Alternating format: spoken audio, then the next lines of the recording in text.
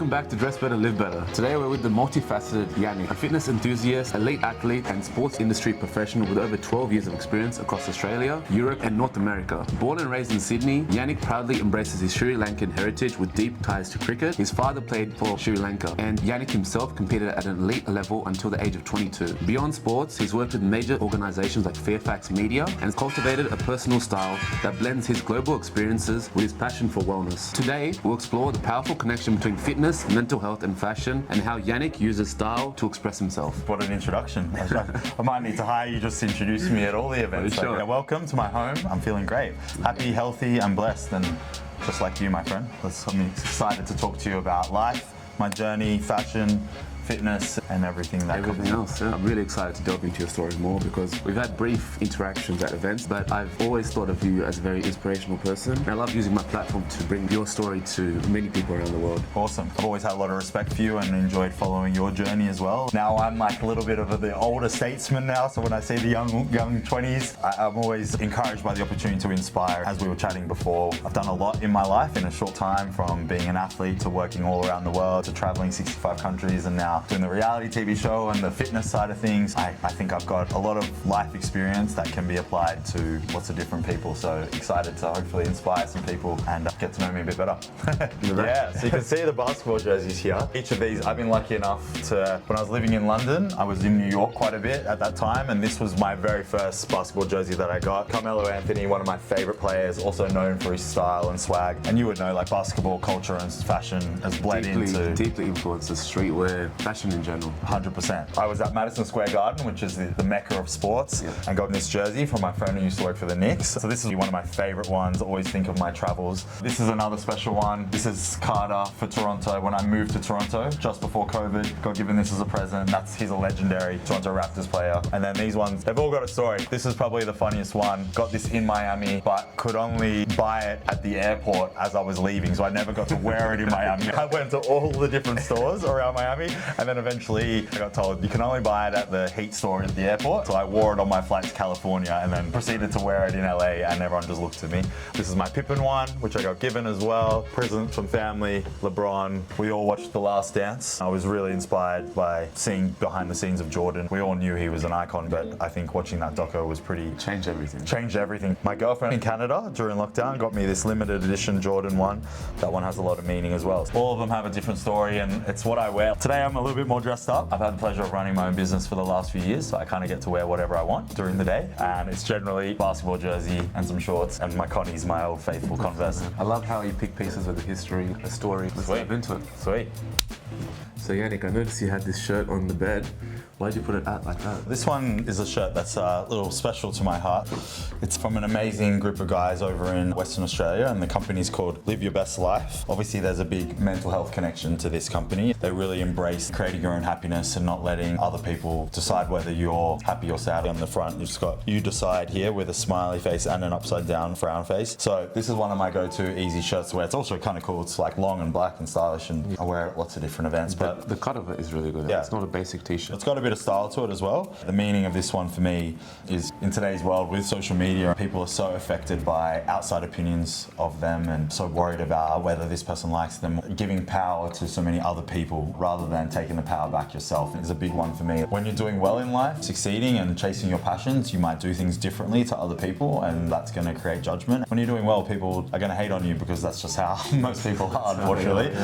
So I think from someone who's done a lot of different things in his life and have done quite well for myself, I've experienced probably caring too much about what other people thought of me through my 20s. As I've matured and lived overseas and traveled, you realize that other people's opinions of you don't matter. And there's a good saying, opinions are like arseholes, everyone has one, which is one of my favorite sayings. You decide, you're a maker of your own destiny. Every day when you wake up, you decide you're gonna have a good day. If someone says something about you, it reflects more about them than it reflects about you. 100%. And I know that it's very hard not to be think about other people's opinion, especially as a sports person. When you know you're doing good in life and someone else comes up to you, says something, and it can affect your whole day, just one sentence basically. But you always have to think about the context, like why are they saying that? What are they doing in their life? Do they have any experience in the fashion industry? Do they have any experience in sports? Does their opinion matter? If it doesn't matter, then whatever they say shouldn't matter. But if they do have constructive criticism, I think it is important to listen to them. 100%. Yeah. But we shouldn't focus on what they say, especially in today's day and age with social media. And as someone from a community that is often overlooked. I do think that self-doubt comes to me a lot. Yes. When you're chasing your passion and you're going against the grain, for you, someone from an Indian background, working in fashion, here in Australia, you're a unique Outlier. Exactly. Big outlier. When you're doing that, doubt can be a big thing. And the key that I've learned through my years of travel and working all around the world and doing lots of different things is that when you have a really good group of people around you, they're the opinions that matter. Your family, your close friends, and they're your guide to make sure that you're on the right track, that you're doing stuff that is true to you, true to your passion, and you're in the right direction. And then there are always going to be those outside opinions. Once you are solid in yourself, you are so much better at detecting the people whose opinion don't matter. That's and true. I think when you're craving attention or looking for validation, that's when you will take on other people's opinions that might not lead you in the right direction. But I've always been biggest believer, I say this to myself, if I was a stand-up comedian or a musician, I would buy the first row of tickets to my own thing. I love Australia, I'm born and bred here, but we have a bit of small poppy syndrome, right? We do. We like to build people up, bring them down, especially in the sports world. If you say anything positive about yourself, you're cocky, you're arrogant, you're up yourself. But I think the difference between confidence is knowing that you put the work in, knowing that you're on the right path and you're not afraid to give yourself a tap on the back and say, I've done a good job here. And arrogance is when you need to put other people down to make yourself feel better or push yourself up. I've always been someone who uplifts people around me. I want to be a positive influence on people, but I think a lot of people can't relate to my level of confidence. And I think that comes from the sports background. When you grow up being an athlete, you have to believe that you are the best person on that field or in that court. And that has transferred a lot to my life in business, in just my mentality that I approach things. I think that confidence is something that comes from maybe a fashion sense as well. I think being physically fit is a big link to fashion and feeling good. And like I always say, if you look good, you feel good. That's something that my dad taught me. My dad played cricket for Sri Lanka and was the swaggiest player, always clean, always looked good. Same thing from a mental health perspective. Clear mind, clear vision, clear body. If your mind is a mess or if your environment is dirty or messy, you're going to be like that. Same thing from fashion. If you feel good, you look good. That's been something that I've applied to my fashion sense. I love that. For sure. And now one thing I want to ask you is all these jerseys. Yes. There's like 50 jerseys there. I know. So, you saw all the basketball jerseys outside, but this one is good. I'll give you this green one. You can hold that one. Yeah, for sure. This is a brand I work with called Australian Sports and Nutrition, ASN. Shout out to them. I've been partnered with them for 2 years now. Some of the best supplements, fitness gear, all that type of stuff. The story behind this is when I signed on board as an athlete ambassador with these guys, they would give me supplements every month. They would give me gym gear, but the gym gear that they were giving me was that real gym stringer singlet and super tight stuff or very baggy shirts, and it wasn't my style. And I always used to wear basketball jerseys when I would work out. They're comfortable, they're swaggy, you could express your fashion, you could express your passion as a fan for whatever players you were connecting with at that time. And the owner of ASN reached out to me and said, oh, we love your content, love your partnerships, but you're not wearing any of our stuff. I said, I don't like that gym gear. I was the inspiration for them to create the basketball jersey, I think, and it's done really well. And now it started off with just the black and white, and now we've got the red, the pink, the purple, the green. And it's the top seller. So they're killing it now. So that's a good story behind that one of sticking to what's right for you. And you know, for people like us, you working in fashion, or me in sports and entertainment and fitness now, we're doing deals with brands and partnerships, and you got to know what's right for you. You got to stay authentic to who you are. But this is a great example of how sticking to who you are can lead to something like a big opportunity, right? And I think these jerseys are actually really nice. They are so good to the point where I don't actually wear my other ones anymore. This is like my unofficial uniform. I do my morning walks in them, I go to the gym in them. I think jerseys reflect your history, your background as well. That's why you love to wear jerseys, right? Coming from a sports family, my dad was a professional athlete. My mum named me after her favorite French tennis player who she had a crush on, called Yannick Noah. He ended up turning into a pop star after his tennis career. I remember asking my mum once I was a bit older, why did you name me after Yannick Noah other than him being a good tennis player? She's like, oh, I thought he was really hot. And I was like, Mum, you're a freak. so she was like, get your mind out of the gutter. It wasn't like that. So I think for me, growing up with such a big sports is what brought my dad from Sri Lanka to Australia. My uncle is Harry Solomons, who Kingsgrove Sports owns one of the biggest sporting goods companies and is super connected to cricket here in New South Wales. And then my mum named me after a tennis player, named my sister after a famous gymnast. So sport was very much part of our family. Growing up in Australia, such a sporting culture here, it's no surprise that I was an athlete and then have ended up working in sports and have travelled. Sports has taken me all around the world. Let's dive into the interview now downstairs, and we'll see you down there. All right, now we're in the living room. Let's dive into the questions now. Awesome. You've had a remarkable journey in sports and media. Can you share how growing up with a father who played cricket for Sri Lanka influenced your life and career? Yeah, having a dad, you being Indian, me being Sri Lankan, cricket is religion in those countries, right? So my dad had a unique upbringing and then came on a tour here to Australia, fell in love with Australia and wanted to move here. And I think probably the biggest thing for me was my parents, when they met here in Australia, very assimilated to the Australian culture. Sri Lankan culture was really important to us, and they had lots of Sri Lankan friends, and we grew up eating and still embracing our culture, but they very much embraced the Australian culture, and that was sports as well outside of cricket. So for me, my dad was a really big influence, and he owned a golf course when I was growing up. I don't know if you saw my video of all the trick shots of the golf trick shots. We can put that into the video now. I grew up with my dad owning a golf course, which was a big part of the community that I grew up in as well, and he ran my uncle's cricket academy. So having a sports-orientated family probably made my life assimilating as a person of colour growing up in Sydney and growing up in Australia. I was always athletic and I was always good at sport, so I never got bullied because I was probably the best in Australia. That was what was important growing up, for good and for bad. Coming from an athletic family, from a family where sports was important, definitely impacted my confidence, my childhood, my sense of fashion, and both my parents were entrepreneurs, so both ran multiple businesses, so that definitely gave me that risk-take spirit, which has come in good stead for all the different things that I've done in my life. Sports teaches us so many values.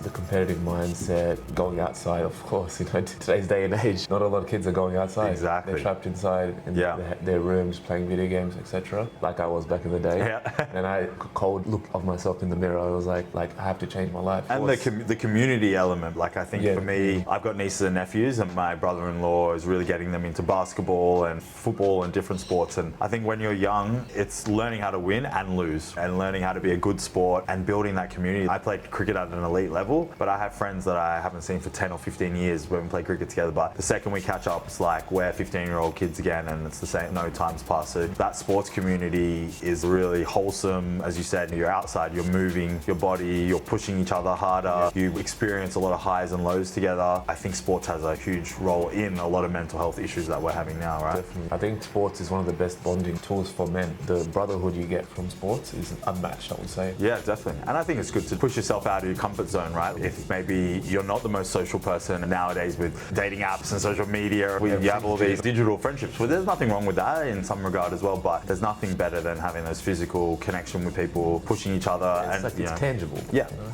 exactly. Digital is untangible, and that's all the problems come from, I think. So second question is, what was it like playing elite cricket in England and India? How did those experiences shape you? Cricket is a massive sport here in Australia. I always grew up thinking I was going to play cricket for Australia. I was on track to do that in my early years. I always say this to my friends. You have those parents who live vicariously through their children because they never really achieved their dream. Yeah. My dad played for Sri Lanka. He wasn't a pushy dad. He very much let me express myself and was my own athlete, and he was my coach for a lot of the teams that I played for growing up. Getting the opportunity to play cricket overseas, spending time in India and England and living in London for work was a huge eye-opening experience. And I think for me, one of the biggest things is travel, right? I was lucky enough to travel a lot with my family because I was the baby. My sister's 10 years older than me. So by the time I was born and we were a bit more settled, and I did family trips to the US and Canada, European trips, and obviously back to Sri Lanka a lot when I was younger. That combination of family travel and then travel as a cricketer definitely shaped being that open-mindedness. A lot of people who don't have the opportunity to travel haven't experienced as much and seen other cultures and seen that there's so many different ways to do things, not just the way we do things here. And I think that in different cultures, in different countries, the way someone plays a sport is different as well. Maybe it can make you a better sports person by traveling. Definitely. For cricket, you play in different conditions, right? Here in Australia, the pitches are pretty dry and bouncy and hard. There's a particular style of cricket you play. In India, we call them the good old highways, right? Just run-making machines over there. Yeah. It's very challenging as a fast bowler to play in India, which is why I did well, because I had a lot of good slow balls and good little tricks up my sleeve and different ways of doing things. And then you go play in England, and that was a whole different wet and wild green pitches and very different way of playing cricket. So that was challenging because you can get, even in sports, you can get used to your own comfort zone, right? You have to get adjusted to the new climate, the new everything. Definitely. So you've worked in the sports and entertainment industry across Europe, North America and Australia. How have these diverse experiences impacted your outlook on life and fashion? We were chatting off camera and saying you were wanting to travel and move overseas. That couldn't be a bigger recommendation of mine. I'm lucky enough to mentor some younger people in sports entertainment. I'm going back to UTS in January to talk to all the sports management students and talk about my journey, which is awesome. I'm excited to influence them because that uni is where I got my start into the sports industry outside of my connections from a more traditional perspective. And I think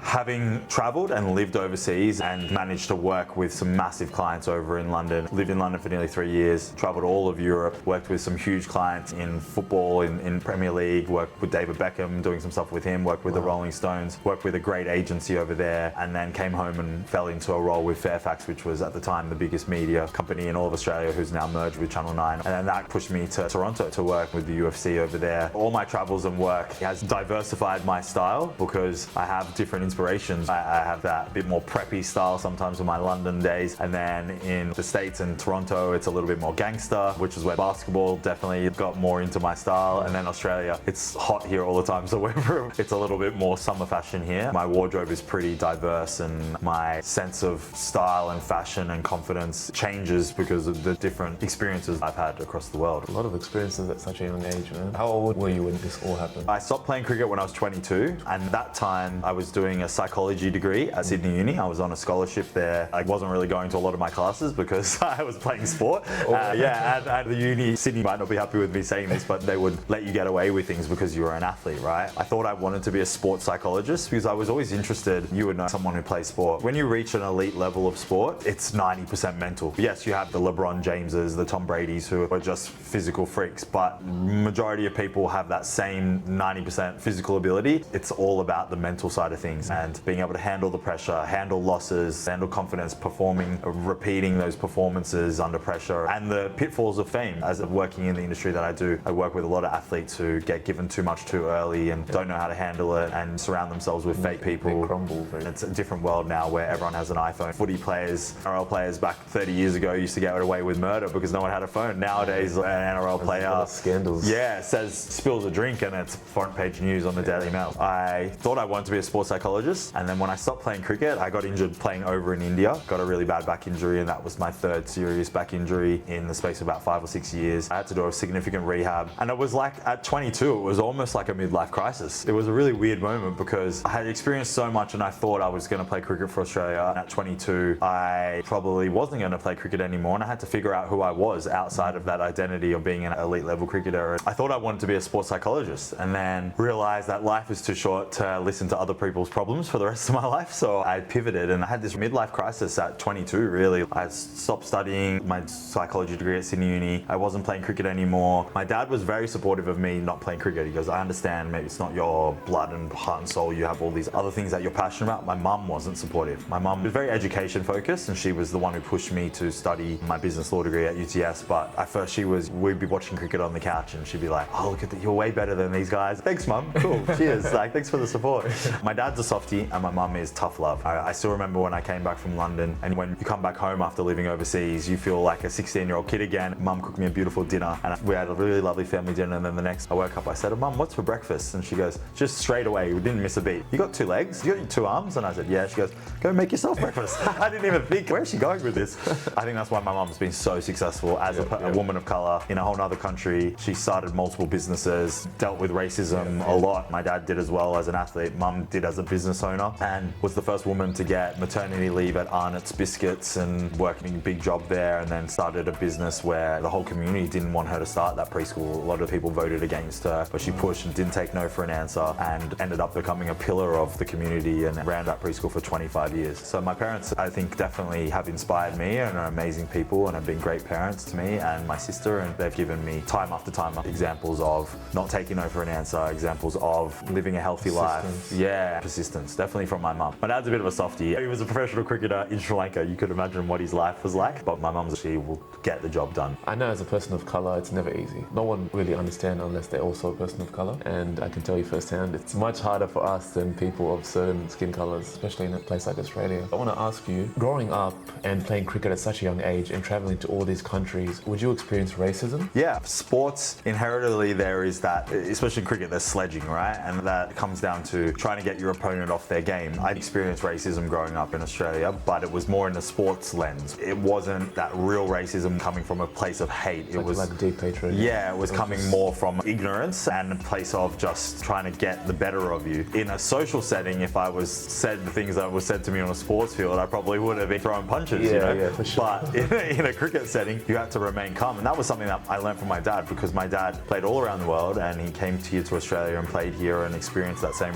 my dad was born in the 40s and played cricket in the 60s and 70s. It was a whole different world when I was playing cricket in the 90s and the early 2000s. For me, it must have been worse back then. 100% worse. Nowadays, there's still inherently racist people, but if someone says something, it's very quickly dealt with, and hopefully we're living in a world where we're getting equal opportunity. Slowly, yeah, slowly, for sure. But for me, it was always in that sports lens, and I was well equipped to deal with it. It didn't mean it didn't affect me, and didn't mean that I felt like sometimes maybe I wasn't given opportunities that other people were. I was in a unique situation where my dad wasn't just some immigrant who had come to Australia. He came here with a bit of status. He was running the golf course, then he ran a cricket academy, and people knew him within the cricket community in a positive way. So that worked for me in some ways. Also, there was big expectations for me as a child. I think I lived up to most of them. Yeah.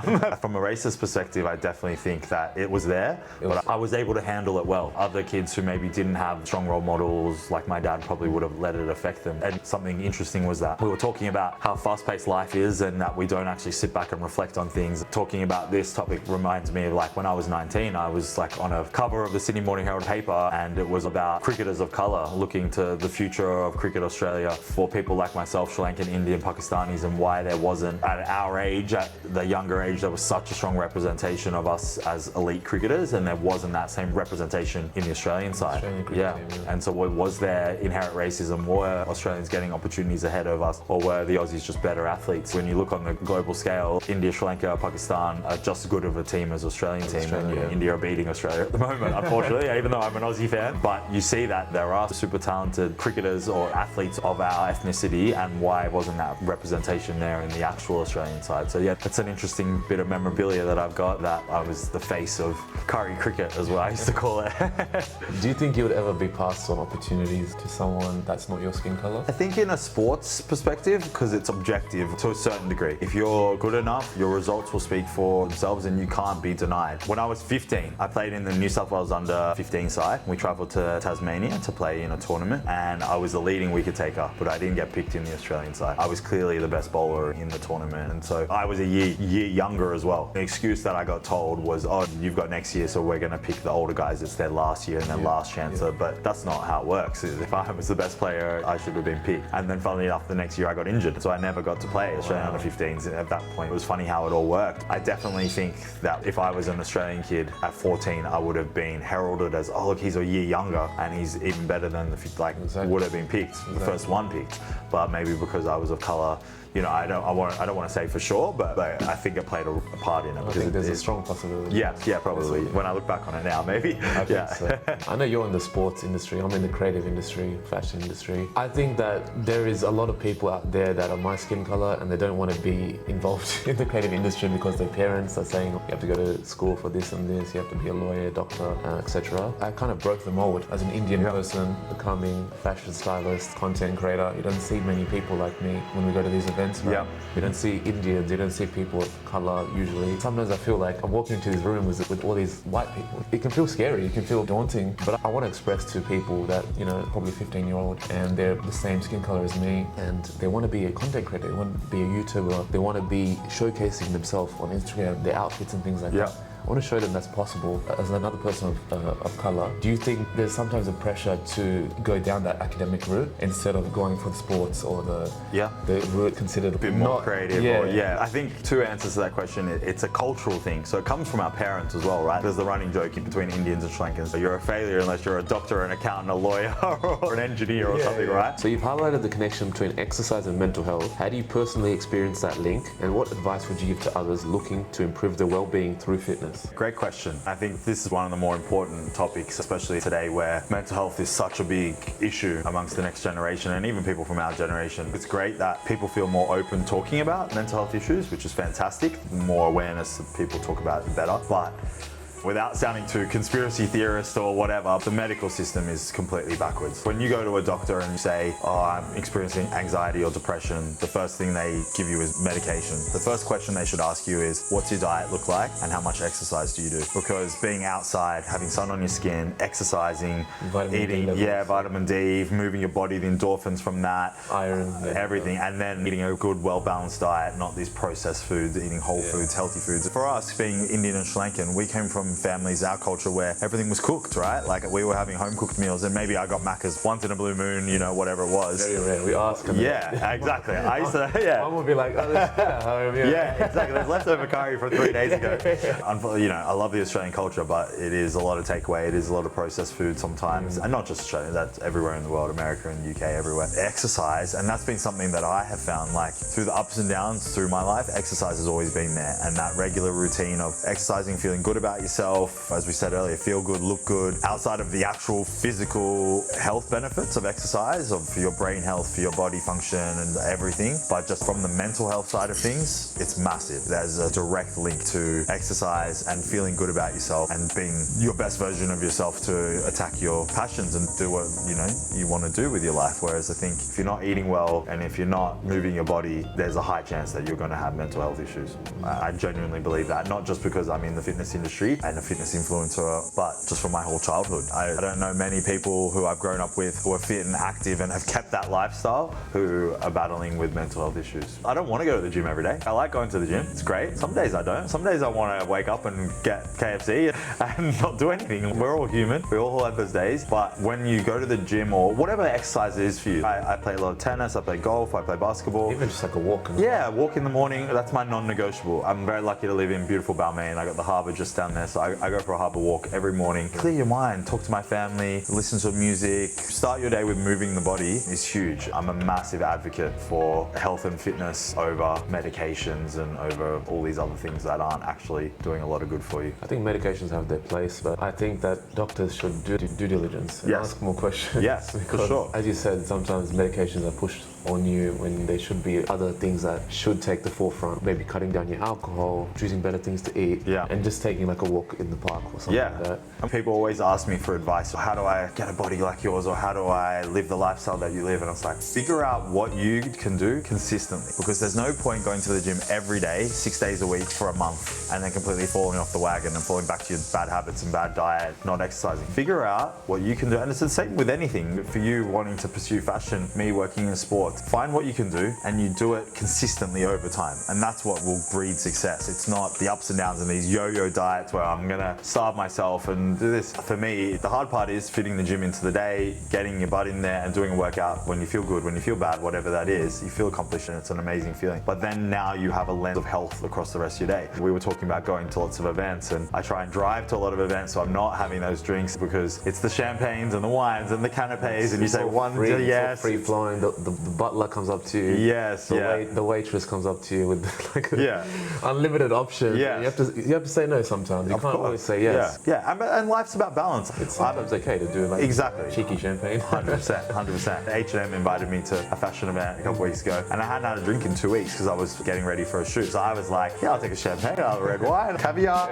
I had a great night. Obviously I was a little dusty the next day, but I got up, I went to the gym, I got into my routine, and that's the key. It's consistency, and whatever that means for you. How do you balance the physical demands of fitness with maintaining a strong mental game? I think they go hand in hand. When you prioritize your physical health, you are prioritizing your mental health. People think of them as two separate things. Yes, there are elements that are individual to each of them, but I genuinely believe that if you prioritize your physical health, you're working on your mental health just as much, because it is doing something that you don't want to do. What I was trying to say earlier as well, which was that you don't want to go to the gym every day. For me, it's the gym, but maybe you don't want to go for a walk every day. Just doing something that you don't want to do. Starting your day with conquering something already, it flows through your... It's the groundwork. Exactly. If you make first thing in the morning and you're already given, I have an extra 45 minutes of sleep instead of doing my morning walk, then you're gonna, I'll have the chips with the mayonnaise and the chicken instead of having whatever else that I might have for lunch, or I'll go for those drinks after work instead of going to the gym. People don't realize one little thing, there's a huge flow-on effect. If you conquer that and stick to your guns, that also flows on. It's a double-edged sword, because it's a slippery slope. Once you say no or give in or make that exception once, you will make that exception over and over again. The main link for me personally is that the gym teaches you to go outside your comfort zone. That's the whole point of it.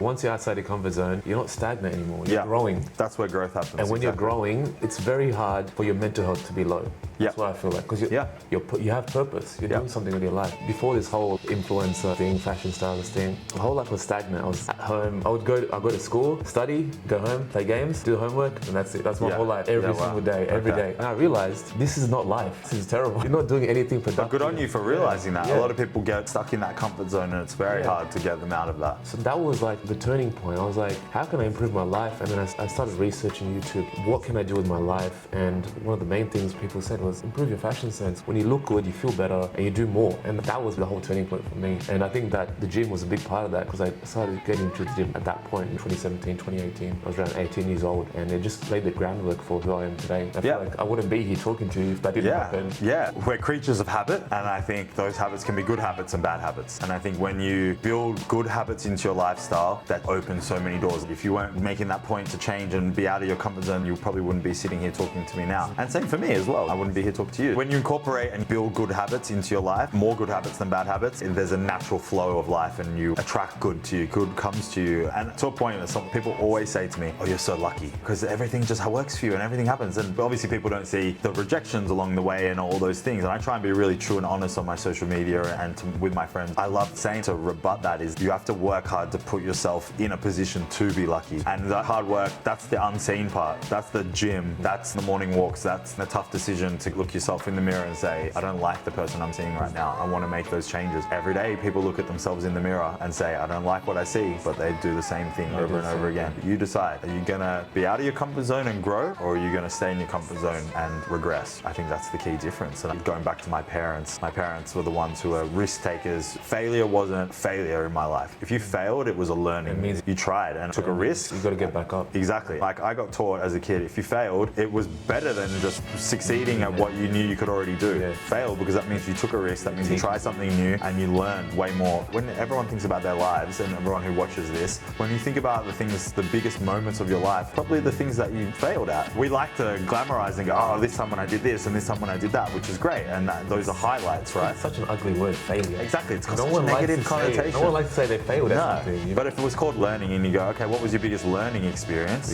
Not your biggest failure. That's the lens I put on it when I think back at the times when I didn't make teams that I thought I would make, or I didn't do as good in an exam, or I wasn't the best version of myself in a social setting. We've all made mistakes. That makes you who you are. It's not the victories, it's the mistakes. And if you can learn from those, or do you just keep doing the same thing again? Calling someone lucky is the worst thing you can say to someone. Yeah. Because it undermines all of your achievements. Both of us, we're not lucky. We did like so much hard work. I prefer the word blessed. I'm definitely been amazingly blessed with great physical attributes. I did well at school, and I was one of those people. I didn't need to study. I didn't need to do weeks and weeks and weeks of study. I would just study a couple of days and I'd get better marks than some of my friends, and they were like, what the hell is going on? I've definitely been blessed with amazing family and a great environment and a great upbringing, friends. But people, I think one thing that I think social media, I'm very conscious of not just posting highlights all the time, but I'm not going to set up a tripod and cry on camera. I think that's also fake in a way. Sometimes you see people expressing too much emotion, you're like, okay, well, you've just had the lighting and the tripod set up just right. It's a bit of a balance, but I'm very genuine in what I post. If I'm at an event, I post. I'm never posting stuff like lying in bed sick and I'm like, oh, I'm doing this and pretending I'm out and about. I try and be really genuine or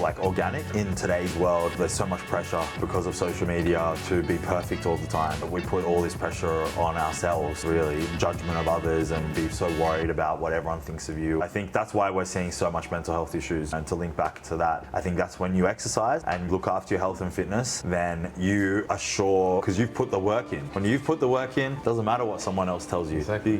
People can call you lucky all you want, but you've put the work in. And what people don't see for my journey was that in my last year of my business law degree at UTS, I was living in the city, I was living out of home. I was the only friend out of all my friends that wasn't living at home. I was living out of home with my ex-partner at the time. We were living in an apartment in Chippendale. I was doing a double degree. I had landed a massive internship. I was doing 3 days, full days a week, unpaid internship. And I was doing 3 nights a week, night shifts, looking after disabled children. And that was my paid job. That was for 6 months of my last year of my degree. And I didn't sleep for 6 months, not much at all. Doing the night shifts, doing double degree. I finished with good marks for my uni and then landed this big internship and turned that internship to a full-time job. When people call me lucky, I take it as a compliment, because it's like, you don't know the hard work that I've put in to get to that point. You see on social media now, oh, Jan's doing this and he's doing that and living this great life, but there's a lot of hard work that goes into the background. People don't see the hard work, they just see what the achievement, basically. Yes, yeah, exactly. So as someone who's navigated different industries and cultures, what role has fashion played in your personal growth? Fashion has played a huge role in my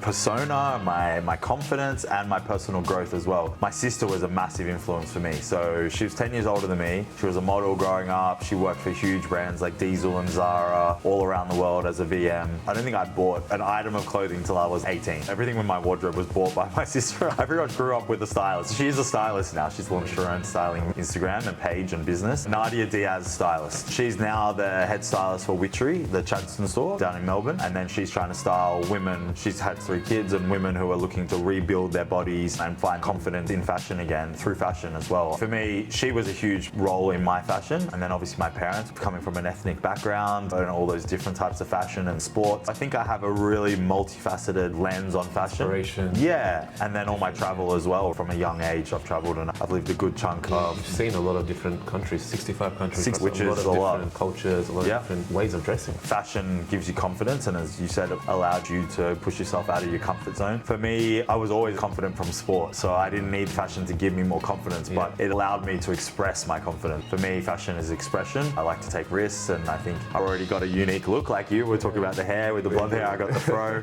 I like to dress and express my different moods and vibes and feelings and places I'm at in my life through my fashion. That's what I always say. Fashion's about self-expression and embracing who you are authentically. And I feel like those two things you do amazingly. You represent that well. Definitely one of the reasons why I really wanted to have you on Dress Better, Live Better as a platform, man. Appreciate it. Thank you.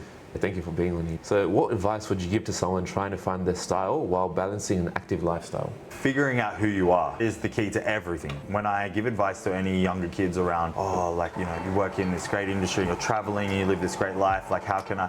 It's like, find out what you're passionate about. That's the hardest thing. Like, we're really blessed. I love sport. Sport's been a big part of my life. I've been very lucky to work in sports all around the world. You love fashion, and that fashion has changed your life. Now you're experiencing amazing opportunities, and you should be really proud of yourself for pursuing that and not letting fear and self-doubt and all those things creep in, because you've obviously had to conquer those. Find what you're passionate about. When you're passionate about something, you will figure out who you are, because you'll devote yourself to that. And then from that dedication, you'll build your confidence, you'll build your personality, you'll figure out what's important. And that flows onto everything. When you find out what you're passionate about, it affects your confidence. You put the hard work in, so the doubt's not there, the fear's not there, you overcome those challenges, you become a different version of yourself. And when you're pursuing something, when you have a goal and you're pursuing something and not just going about your day, just, I want to get through to Friday so I can have beers with my friends from work. There's nothing wrong with that, but for people who have achieved a lot in their life, it's because they are working towards something. Find out what you're passionate about, and that'll impact your life, your confidence, what you do every day, and that will link back to your fashion, because you'll feel so happy and confident about yourself that you'll be wanting to express that.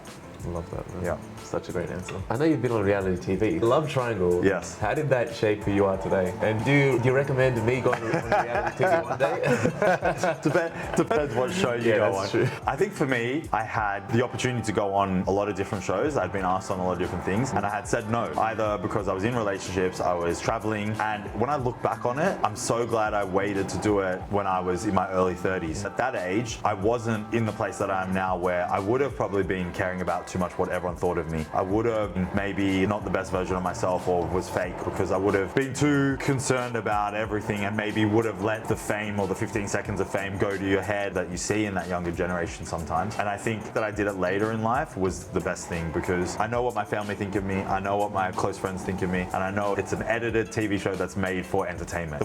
The fact that they call it a reality TV is quite ironic, because it's actually not reality. You are experiencing reality, but you're seeing 1% of thousands of hours of footage, and that 1% can be very out of context and very edited. I would recommend you going on a show if you are in a place in your life where you genuinely don't care what anyone thinks of you other than your family and close friends. If you think you're in a place where you care about lots of different things and you still haven't reached that level of self-confidence where you truly know who you are, then I wouldn't recommend it, because it is a tough process. You do a lot of filming, you're away from your family, then everything that comes out. There's a famous quote on Who magazine did an article of me, and one of the headlines, outside of calling me the definition of tall, dark and handsome, which I definitely highlighted that part of the article. I was like, thank you, I didn't pay for that, but that's great. I quoted in that. If you do a reality TV show and then you sit there and watch it and go, oh, that's not a fair representation of me, and that's not how it happened, and that's edited, and that's out of context, you're an idiot. I knew what I signed up for. I went, there's probably a very limited chance I'm gonna find a partner that I actually like, but I'm going in there to have a once in a lifetime experience. I'm gonna make some amazing friends, and to answer your question, new experience. Learned so much about myself. I learned that I still have a lot to grow. I learned that I still can improve on a lot of things. I learned that I was strong or stronger than what I thought. And it was a learning experience for me. I made some lifelong friends. I still talk to a lot of the guys from the show. You learn also that you got to take things with a grain of salt because it's not always what it's shown to be. I think for me, I could do reality TV, but it wouldn't match who I am as a person. I'm very socially anxious, Okay. introverted. Yeah, okay. You wouldn't think that now, but back in the day, for the gym and everything I thought before, going outside my comfort zone, I couldn't imagine I would be here right now doing what I do. Amazing. And being in the place that I am, invited to where I am and doing my work. But my whole thing is about self-expression, embracing who you are, confidence, mental health. I feel like reality TV goes against All of those things, yeah. I could do reality TV, but I don't think that it would fit who I am.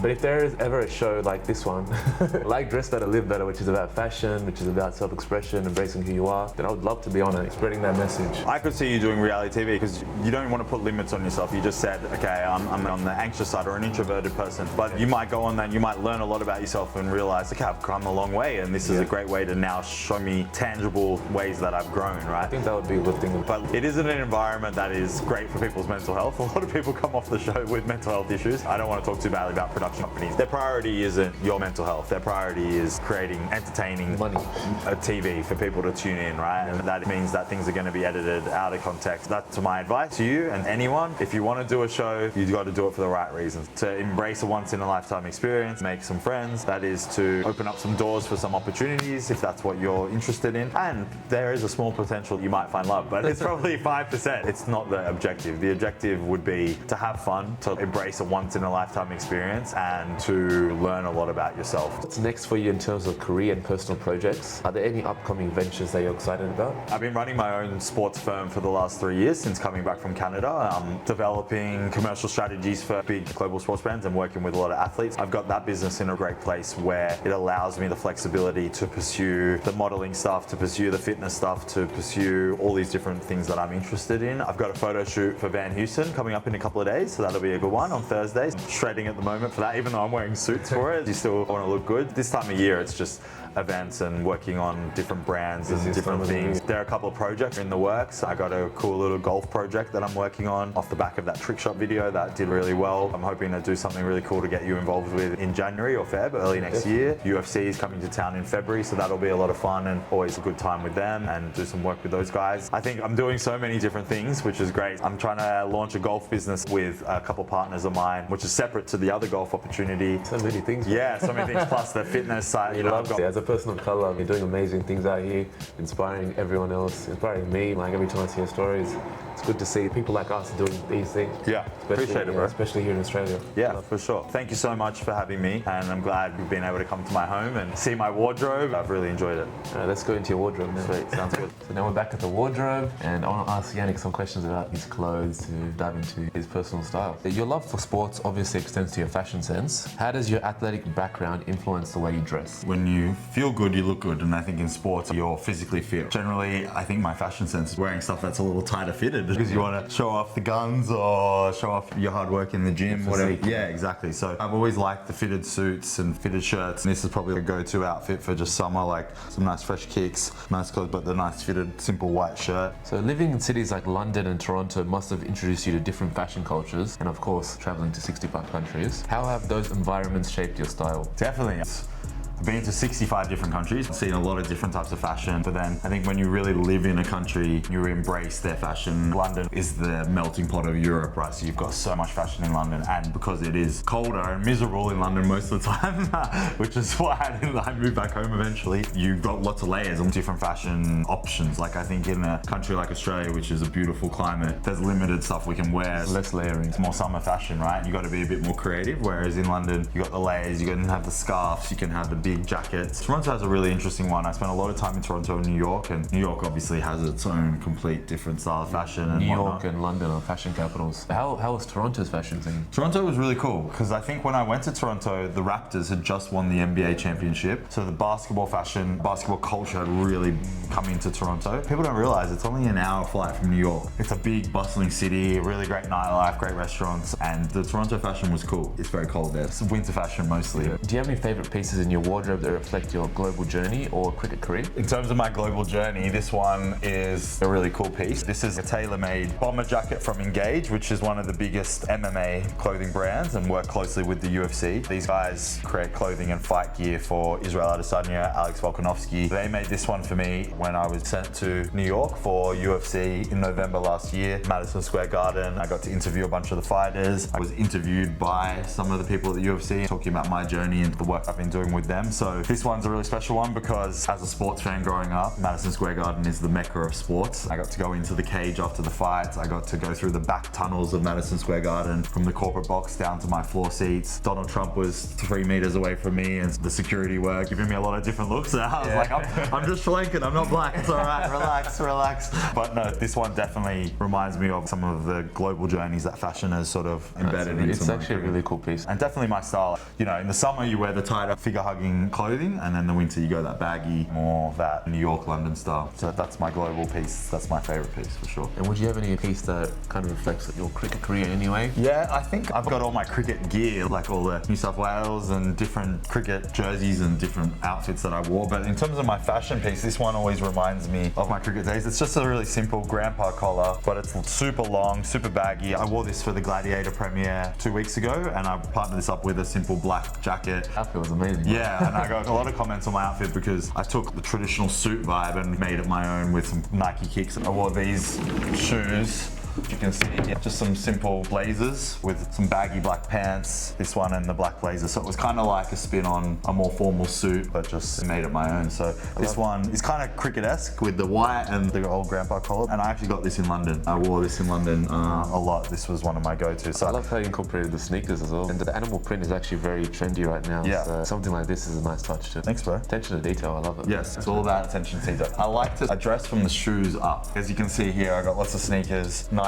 These ones are a great story. I went to a Lakers game and one of my friends won $12,000 on a sports bet that night. Oh, wow. And told me that I was his lucky charm and then took me out all night, paid for everything all night. We ended up having a very big night. That's cool. I bought these shoes in West Hollywood that morning and walked into that game, and then hence why they're in. I think I walked back to my hotel in West Hollywood at about 6 a.m. For me, I wear my shoes first generally, and then I dress the outfit from the shoes. That's a good thing to do because I think a lot of people do the opposite. Yeah. They pick the top part first, or the pants, or the bottoms, and then the shoes don't match at all. Exactly. Well, I'm sure you're the same. We're lucky enough to have pretty diverse wardrobe. So I think what am I feeling? Am I feeling the high tops? Nike just sent me these a couple of weeks ago. I got a really cool package of their brand new sports underwear, and they sent me these shoes as well. So like, cool. Let's say where I met you at Throwback that day, that was Horace Grant, who's a Chicago Bulls player. I wanted to wear red, so I went for the red shoes first, then built it from there. And so that's kind of like my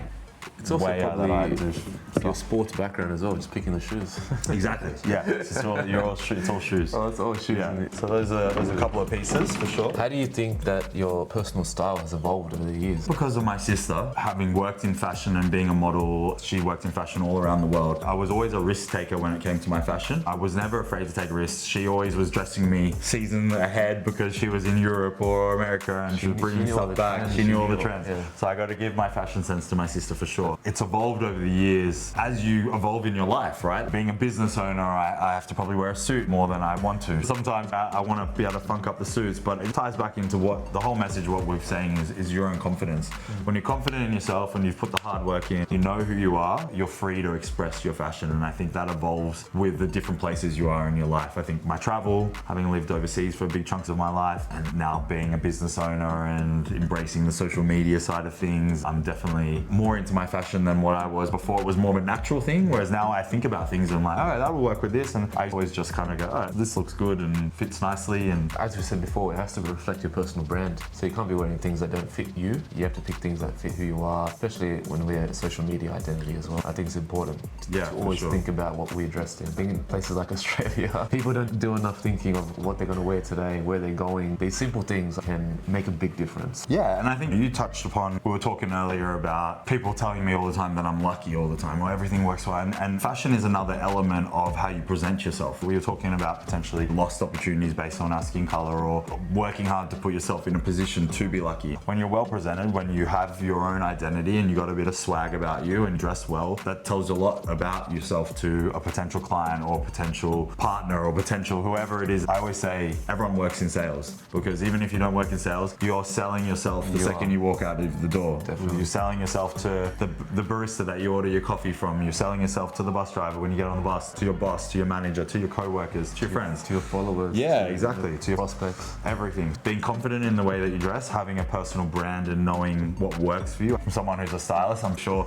that's the biggest thing you tell people is like figure out what fits you well, do a bit of research and understand the brands, styles and trends that actually apply to you. Don't just buy things for the sake of them being popular. Let's look at the suits now. You say you wear more suits now, right? I put my unique spin on a suit. Unless I'm going to a wedding or a very corporate type of event, the races or something like that, then I will wear a straight suit. But for me, I love a suit jacket and then to pair it up with a longer thing, with more funkier, and that's much more representation of myself. I think so, yeah. You wouldn't really go the traditional suit route then. I love a nice traditional suit, a nice fitted suit for the races or a wedding. I love a good tux. I went to a charity event recently and I wore a nice white tuxedo jacket, black pants and the traditional. But if I'm going into a business meeting, given that I've been running my own business for the last 3 years, I don't have to wear a suit like an employee, so I can wear my own, and my clients expect me to dress and be a representation of myself and not conform to their social norms. So I think for me, it's all about the suit jacket, and then I dress from there, and then I can funk it up. This is a perfect example of one.